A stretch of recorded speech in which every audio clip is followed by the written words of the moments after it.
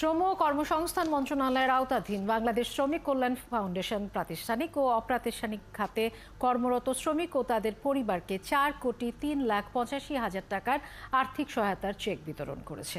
দুপুরে রাজধানীতে শ্রম ভবনে উপকারভোগীদের হাতে চেক বিতরণ করেন শ্রম প্রতিমন্ত্রী নজরুল ইসলাম চৌধুরী। বলেন, জাতির জনক যেভাবে শ্রমিকদের শ্রদ্ধা এবং সহযোগিতা করেছেন, তেমনি প্রধানমন্ত্রী শেখ হাসিনাও শ্রমিকদের জন্য কাজ করে যাচ্ছেন।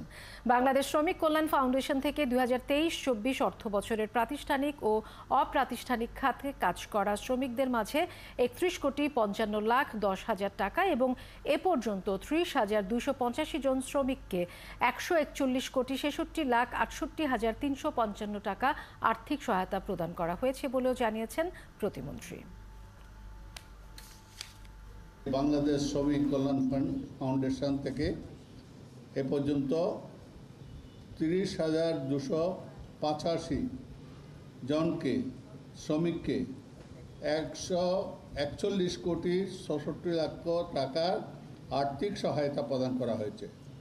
এটাই প্রমাণ করে যে এই সরকার, বর্তমান আওয়ামী লীগ সরকার শ্রমিক বান্ধব সরকার। কেএসআরএম শেকড় থেকে শিখরে।